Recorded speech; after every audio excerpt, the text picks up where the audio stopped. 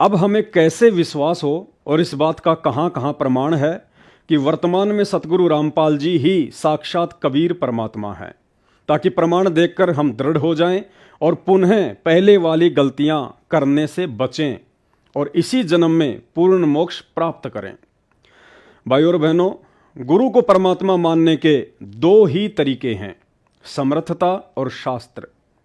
अर्थात जब जब कबीर परमात्मा सतगुरु रूप में धरती पर प्रकट होकर अपने तत्व ज्ञान का प्रचार प्रसार करते हैं तो अपनी आत्माओं को भाग्य से अधिक सुख प्रदान करते हैं।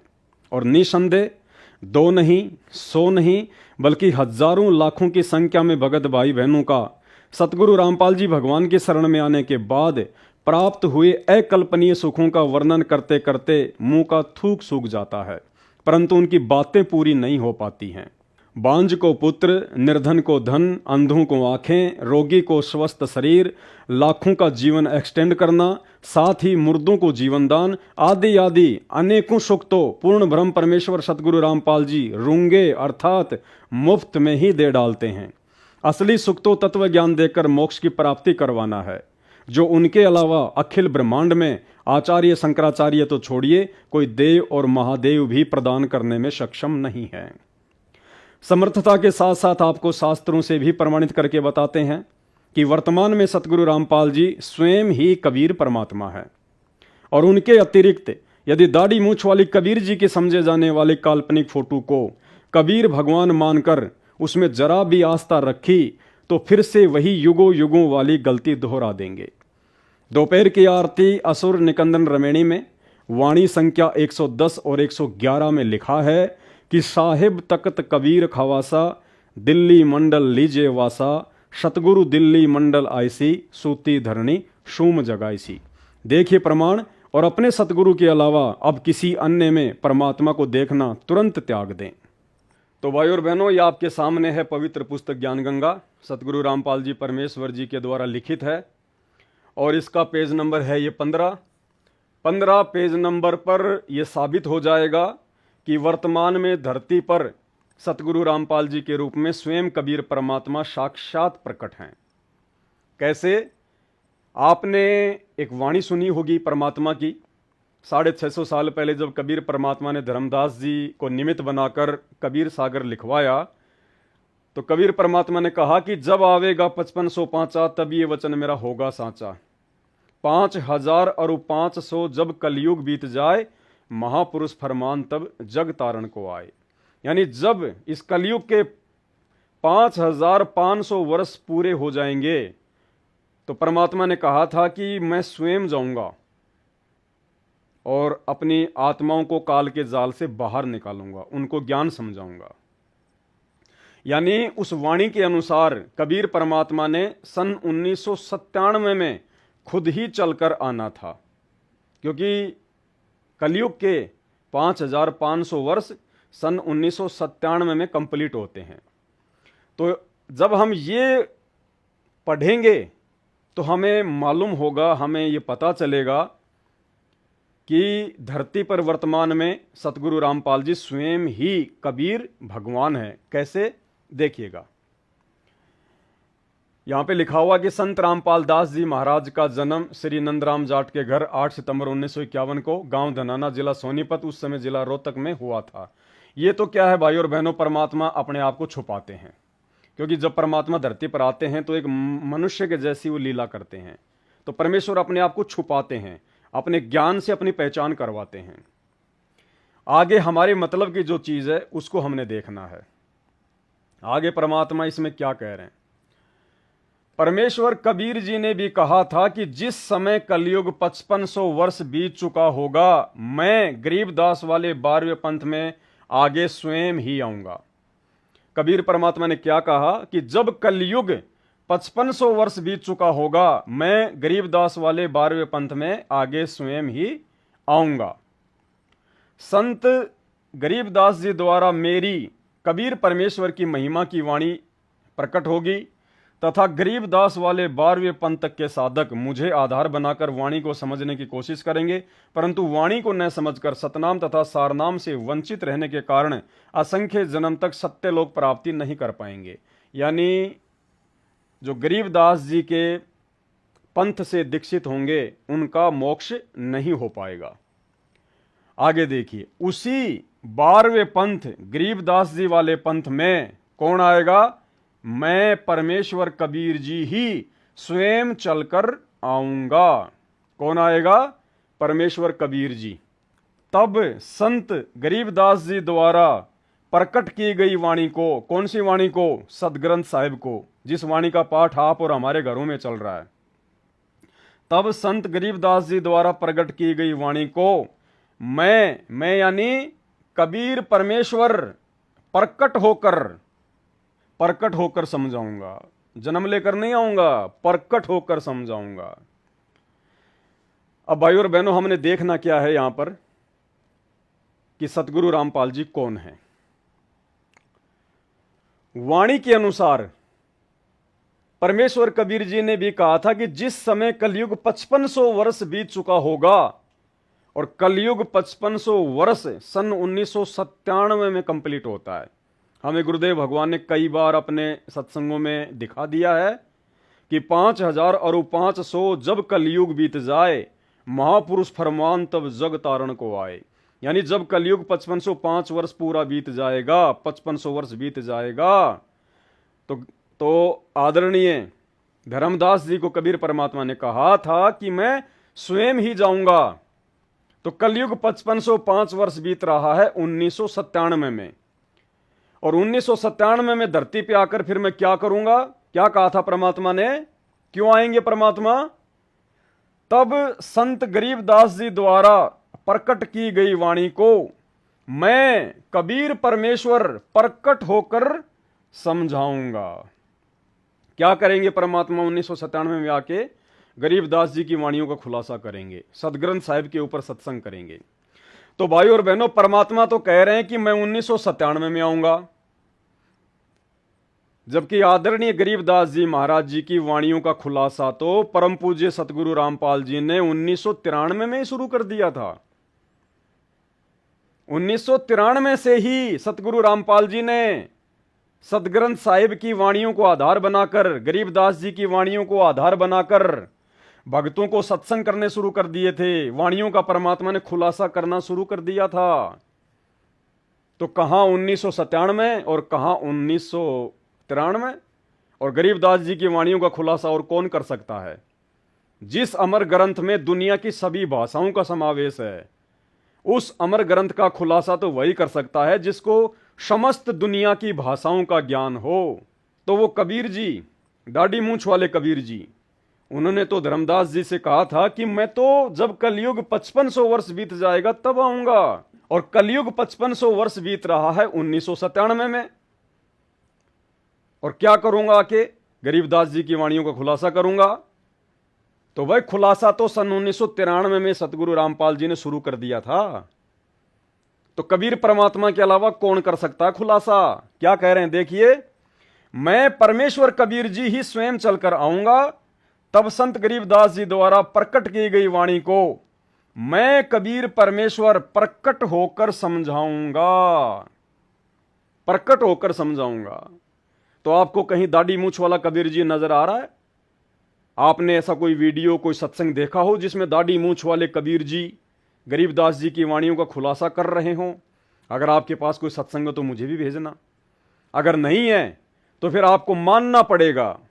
ये संकेत कर दिया सतगुरु रामपाल जी भगवान ने, स्पष्ट तौर पर नहीं कहेंगे कि मैं ही कबीर हूं, क्योंकि काल के साथ उनका एग्रीमेंट है, उन्होंने ज्ञान से अपनी पहचान करवानी है। तो परमात्मा ने संकेत छोड़ दिया कि उस दाढ़ी मूंछ वाले भगवान ने, उस कबीर जी ने तो धरती पर आना था 1997 में गरीबदास जी की वाणियों का खुलासा करने के लिए, और 1993 से, क्योंकि संत रामपाल जी भगवान 1993 से ही सत्संग करने लग गए थे गरीबदास जी की वाणियों को लेकर। तो कौन है फिर परमात्मा? स्वयं सतगुरु रामपाल जी धरती पर कबीर परमात्मा है, इसमें कोई संशय नहीं है। भाइयों और बहनों, अब आगे आपको एक और ऐसा प्रमाण देते हैं, उसको देखने के बाद आपको यकीन होगा ही होगा कि वर्तमान में भारतवर्ष की पावन धरती पर सतगुरु रामपाल जी के रूप में ही कबीर परमात्मा प्रकट हैं। यानी हमारा सौभाग्य कि हमारे पूज्य गुरुदेव भगवान सतगुरु रामपाल जी स्वयं ही अल्लाहु अकबर है, कबीर भगवान है। और यदि हमने वर्तमान में पूर्ण मोक्ष चाहिए तो अपने सतगुरुदेव भगवान के अलावा किसी और में भगवान को देखना बंद कर दें। यानी हमारे घरों में अपने पूज्य गुरुदेव जी के अलावा जितने भी फोटोएं हैं, संत गरीबदास जी की, कबीर जी की दाढ़ी मूछ वाली फ़ोटो, दादा गुरु जी की, पंडित चिदानंद जी की, सब फोटोओं को हमने अपने घर से और दरबार से बाहर कर देना है। जल प्रवाह कर दीजिए या घी लगाकर अग्नि में सवा कर दीजिए, क्योंकि परमात्मा कहते हैं एक कै साधे सब सदें और सब साधे सब जाए, माली सींचे मूल को फले फूले अघाए। तो देखिए ये प्रमाण कि कौन है संत रामपाल जी। अपने आप को छुपाएंगे परमात्मा, कदम कदम पर छुपाएंगे, क्योंकि काल के साथ एग्रीमेंट है। काल ने कहा था परमात्मा जबरदस्ती ना करना। काल को पता था कि अगर इस परमात्मा की अगर जी में आ गई तो ये सभी आत्माओं को ले जाएगा यहां से, इतना समर्थ है। तो काल ने प्रार्थना की थी, उनसे वचन ले लिए थे कि परमात्मा आप बाई फोर्स जबरदस्ती किसी के साथ ना करना, आप अपना ज्ञान समझाना। जो आपके ज्ञान को समझकर सतगुरु रूप में गए हुए आप परमात्मा को परमात्मा मान लेगा, आप उसी को सतलोक लेके जाना। और जो इतने प्रमाण दिखाने के बाद भी, इतने सत्संग करने के बाद भी जो आपको भगवान के रूप में स्वीकार ना करे, और गुरु को भगवान के रूप में स्वीकार ना करने का मतलब है जब तक आपके घरों में अपने गुरु जी के अलावा किसी दूसरे साधु संत महात्माओं की फोटो रहती है, आपके दरबार में दाढ़ी मूछ वाले कबीर जी, गरीबदास जी, दादा गुरु जी, पंडित चिदानंद जी, जब तक इनकी फोटो रहेगी, जब तक इनके आगे आप दीपक जलाएंगे, दंडवत करेंगे, जब तक आप इनके आगे आरतियां करेंगे, तब तक यही माना जाएगा कि आपने अपने गुरु को कबीर जी के रूप में स्वीकार नहीं किया है। तो यहां क्या लिखा हुआ है, ये भक्ति बोध पुस्तक है। और भक्ति बोध पुस्तक में जहां असुर निकंदन रमणी शुरू होती है, दोपहर की आरती, तो दोपहर की आरती असुर निकंदन रमणी की वाणी संख्या 110 और 111। क्या लिखा हुआ है यहां पर, साहिब तकत कबीर खवासा और दिल्ली मंडल लीजे वासा। साहिब कौन, कबीर जी। तकत मानी उस कबीर भगवान का सिंहासन सतलोक में। साहिब तकत कबीर खवासा यानी नौकर, यानी उस कबीर परमात्मा का जो सिंहासन है सतलोक में, और उस सिंहासन के पास में जो उनका खास नौकर है, कौन, दिल्ली मंडल लीजे वासा। जीवों का उद्धार करने के लिए कबीर परमात्मा का नौकर दिल्ली मंडल में आएगा। क्या लिखा आगे, सतगुरु दिल्ली मंडल आईसी। तो आज दिल्ली मंडल में कौन आया हुआ है, 8 सितंबर 1951 को सतगुरु रामपाल जी आए हुए हैं। तो यहां सतगुरु रामपाल जी भगवान ने अपने आप को छुपाया है, अपने आप को उस परमात्मा का नौकर बताया है, उस परमात्मा का दास बताया है। आप और हमारे को दास की परिभाषा समझाने के लिए परमेश्वर अपने आप को दास कह रहे हैं, अपने आप को कबीर जी का नौकर कह रहे हैं। जैसे 650 साल पहले कबीर भगवान अपने आप को धर्मदास जी के आगे उस परमात्मा का नौकर कहा करते थे कि भाई मेरे को तो सत्य पुरुष ने भेजा है। कबीर नाम तो वो बता नहीं सकते थे, क्योंकि कबीर नाम से तो वो खुद आए हुए थे। और अगर खुद कह देते कि धर्मदास मैं भगवान हूं, मैं परमात्मा हूं, तो धर्मदास मानता नहीं इस बात को। तो परमेश्वर ने खुद अपने आप को छुपाया कबीर जी होते हुए, और क्या कहा करते थे कि भाई मेरे को तो सत्य पुरुष ने भेजा है तुम आत्माओं को ज्ञान देने के लिए। और नाम क्या धराया उन्होंने, कबीर दास। क्या वो दास है, वो तो स्वयं परमात्मा है, भगवान है, दास तो हम हैं उसके, लेकिन फिर भी परमात्मा ने अपने आप को दास कहा। तो ठीक इसी प्रकार यहां पर सतगुरु रामपाल जी भगवान स्वयं को कबीर परमात्मा का नौकर कह रहे हैं। साहिब तकत कबीर खवासा, दिल्ली मंडल लीजे वासा। सतगुरु दिल्ली मंडल आईसी और सूती धरणी सोम जगाईसी। यानी यहां तो परमात्मा ने असुर निकंदन रमणी की वाणी संख्या 110 और 111 में स्वयं को कबीर जी का नौकर घोषित कर दिया। लेकिन भाई और बहनों, ये तत्व ज्ञान परमात्मा ने हमें इसीलिए दिया है कि हम अपने गुरुदेव के संकेतों को समझें। परमात्मा कहते हैं कि शब्द सैन सतगुरु की पहचान है, वो पावे अटल सुहागरे। जो आत्मा अपने गुरुदेव के सत्संगों में किए गए संकेतों को समझेगी, वही आत्मा सतलोक जा पाएगी। तो यहां तो इन वाणियों में परमात्मा ने स्वयं को कबीर जी का नौकर साबित कर दिया, उनका दास साबित कर दिया। और दूसरी तरफ आपको दिखाते हैं, ये पुस्तक है आध्यात्मिक ज्ञान गंगा। क्या पुस्तक है? आध्यात्मिक ज्ञान गंगा। इस आध्यात्मिक ज्ञान गंगा के पेज नंबर 541 पर, पेज नंबर 541, पुस्तक का नाम है आध्यात्मिक ज्ञान गंगा, आप सबके साथ में है। यहां आपको पता चलेगा कि संत रामपाल जी कौन है, क्यों स्वयं को छुपा रहे हैं। संत रामपाल जी स्वयं कबीर जी हैं या कबीर जी के भेजे हुए नौकर हैं, यहां आपको स्पष्ट हो जाएगा। क्या कहा परमात्मा ने, यहां से लीजिए, ये देखिएगा, वही वाणियां हैं। संत गरीबदास जी ने असुर निकंदन रमेणी में कहा है, क्या कहा है? वही वाणियां 110 और 111 नंबर। साहेब तकत कबीर खवासा, दिल्ली मंडल लीजे वासा, सतगुरु दिल्ली मंडल आईसी, सूती धरणी सूम जगाईसी। भावार्थ है कि संत गरीबदास जी वाला 12वां पंथ तो काल तक साधना बताने वाला कहा है, इसलिए केवल कबीर महिमा की वाणी ही संत गरीबदास जी द्वारा प्रकट की गई है। उसमें कहा है कि कबीर परमात्मा के तकत अर्थात सिंहासन का ख्वास अर्थात नौकर दिल्ली के आसपास के क्षेत्र में आएगा, यानी संत रामपाल जी के विषय में कहा गया है। वह उस क्षेत्र के कृपण अर्थात कंजूस व्यक्तियों को परमात्मा की महिमा बताकर जगाएगा, अर्थात दान धर्म में उनकी रुचि बढ़ाएगा। वह 13वां अंश कौन? 13वां अंश कौन है? सतगुरु रामपाल जी भगवान। पहले आपको छोटा सा वीडियो दिखाता हूं एक, जिसमें सतगुरु रामपाल जी स्वयं कह रहे हैं कि वे कौन हैं। वे स्वयं को 13वां अंश कह रहे हैं, सुनिए। यानी 12वां पंथ गरीबदास जी के द्वारा जो चलाया जाएगा, उसमें मेरी महिमा का कुछ उजियारा सा होगा, क्लियर नहीं होगा।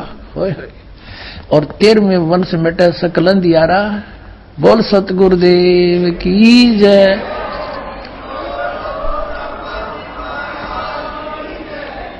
ये 13वां वंश ये दास है जो आपके सामने बैठा है। भाई बच्चों, आप कद पहचानोगे। तो भाई और बहनों, वीडियो आपने सुना और उसी बात का जिक्र यहां पे किया गया है। क्या? उसमें कहा गया है कि कबीर परमात्मा के तकत अर्थात सिंहासन का ख्वास अर्थात नौकर दिल्ली के आसपास के क्षेत्र में आएगा। वह उस क्षेत्र के कंजूस व्यक्तियों को परमात्मा की महिमा बताकर जगाएगा, अर्थात दान धर्म में उनकी रुचि बढ़ाएगा। वह कौन होगा? वह 13वां अंश कबीर परमात्मा के दरबार का उच्चतम सेवक होगा। यानी सतगुरु रामपाल जी भगवान के विषय में यहां कहा गया है कि जो 13वां अंश होगा वो उस कबीर परमात्मा के सिंहासन का हाई फाई सेवक होगा, उच्चतम सेवक होगा। तो यहां तक तो यह साबित हो गया कि संत रामपाल जी कौन है? कबीर परमात्मा के नौकर हैं, उनके सिंहासन के पास में रहने वाले उनके विशेष सेवक हैं। अब आगे सतगुरु रामपाल जी भगवान ने फिर क्या स्पष्ट किया है कि वास्तव में वे नौकर हैं या स्वयं ही वे कबीर भगवान हैं। आगे देखिए, वह कबीर परमेश्वर का अत्यंत कृपा पात्र होगा। अब आगे देखिए, ऋग्वेद में क्या बताया फिर परमात्मा ने। ऋग्वेद मंडल 1 सूक्त 1 मंत्र 7 में उपगने अर्थात उप परमेश्वर कहा है। इसलिए पूर्ण परमात्मा अपना भेद छुपाकर दास रूप में प्रकट होकर अपनी महिमा करता है। यानी यहां पर ऊपर तो सतगुरु रामपाल जी भगवान ने वाणी के अनुसार अपने आप को कबीर जी का नौकर साबित कर दिया, और नीचे ऋग्वेद का रेफरेंस देकर क्या कह रहे हैं? ऋग्वेद मंडल 1 सूक्त 1 मंत्र 7 में उपग्ने अर्थात उप परमेश्वर कहा है। इसलिए पूर्ण परमात्मा, कौन पूर्ण परमात्मा? कबीर जी अपना भेद छुपाकर दास रूप में प्रकट होकर अपनी महिमा करता है। यानी वो परमात्मा स्वयं ही दास रूप में प्रकट होकर, नौकर के रूप में प्रकट होकर, खवास के रूप में प्रकट होकर स्वयं ही वो परमात्मा अपनी महिमा का प्रचार करता है। इसलिए उसी परमेश्वर को ऋग्वेद मंडल 10 सूक्त 4 मंत्र 6 में तस्करा अर्थात आंखों में धूल झोंक कर कार्य करने वाला तस्कर कहा गया है। श्री नानक जी ने उसे ठगवाड़ा कहा है कि वो अपने आप को छुपाता है।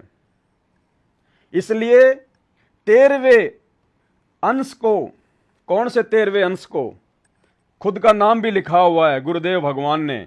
इसलिए 13वें अंश को, 13वां अंश कौन? सतगुरु रामपाल जी। तो क्या लिख रहे हैं गुरुदेव? इसलिए 13वें अंश को संत रामपाल दास को उनका दास जाने, चाहे स्वयं पूर्ण प्रभु का उपशक्ति रूप उपग्ने समझें।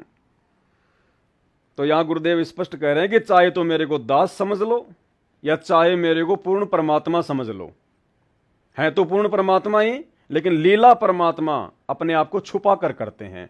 तो स्पष्ट लिख दिया गुरु जी ने यहां पर। इसलिए 13वें अंश को संत रामपाल दास को उनका दास जाने, चाहे स्वयं पूर्ण प्रभु का उपशक्ति रूप उपग्ने समझें।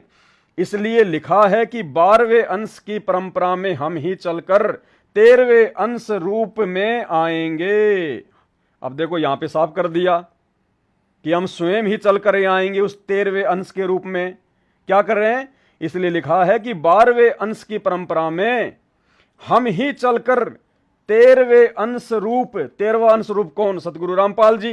13वें अंश रूप में आएंगे, यानी हम खुद ही, कबीर भगवान कह रहे हैं कि हम खुद ही 13वें अंश संत रामपाल जी के रूप में आएंगे। अब आगे देखिए, वह 13वां वंश कौन? सतगुरु रामपाल जी पूर्ण रूप से अज्ञान अंधेरा समाप्त करके परमेश्वर कबीर जी की वास्तविक महिमा तथा नाम का ज्ञान कराकर सभी पंथों को समाप्त करके एक ही पंथ चलाएगा। और वह कौन होगा? वह 13वां वंश हम परमेश्वर कबीर जी ही होंगे। लास्ट में बिल्कुल स्पष्ट कर दिया कि वह 13वां वंश सतगुरु रामपाल जी, वह 13वां वंश हम परमेश्वर कबीर ही होंगे। तो शंका की कोई गुंजाइश नहीं है, संदेह की कोई गुंजाइश नहीं है। परमेश्वर अपने आप को छुपाता भी है और परमेश्वर अपने आप को बीच बीच में पूर्ण परमात्मा साबित भी कर देता है। तो भाइयों और बहनों, स्पष्ट हो गया है आध्यात्मिक ज्ञान गंगा और पेज नंबर 541। यहां परमात्मा ने बिल्कुल स्पष्ट कर दिया है वो 13वां अंश कौन है। थोड़ी देर पहले आपने वीडियो सुना, वो 13वां अंश सतगुरु रामपाल जी है। और यहां भी परमात्मा ने अपना नाम लिख दिया। इसलिए 13वें अंश को, किसको? संत रामपाल दास को। तो 13वां अंश कौन है? संत रामपाल जी महाराज। और यहां क्या कर दिया? वह 13वां वंश हम परमेश्वर कबीर ही होंगे। यानी वो 13वां अंश कह रहे हैं कि मैं खुद ही हूं कबीर भगवान। स्पष्ट कर दिया आपकी आंखों के सामने। यानी धरती पर वर्तमान में संत रामपाल जी के रूप में कौन प्रकट है? स्वयं कबीर भगवान प्रकट है, कबीर परमात्मा प्रकट है। तो फिर हमने किसी और को भगवान मानकर पूजने की जरूरत क्या है? अगर अपने गुरुदेव को पहचानने के बाद भी हम यदि वो दाढ़ी मूंछ वाले कबीर जी की काल्पनिक फोटो को भगवान मानकर जून के महीने में उसका प्रकट दिवस मनाकर पूजेंगे, उस फोटो को अपने घर पर अपने दरबार में रखेंगे, दादा गुरु जी की फोटो को पूजेंगे, दरबार में रखेंगे, गरीबदास जी की फोटो को रखेंगे, पंडित चिदानंद जी की फोटो को रखेंगे, तो हम काहे के भगत हैं? हम तो फिर वैश्या भक्ति कर रहे हैं। हम तो एक को छोड़ के अनेकों को पूज रहे हैं। जब पता चल गया, स्पष्ट रूप से गुरुदेव ने ही प्रमाणित कर दिया कि 13वें अंश के रूप में स्वयं कबीर परमात्मा ही धरती पर प्रकट है, हमारे गुरुदेव भगवान के रूप में प्रकट है। तो कहते हैं एक के साधे सब सदे और सब साधे सब जाए, माली सींचे मूल को फले फूले आघाए। तो ये प्रमाण आपकी आंखों के सामने।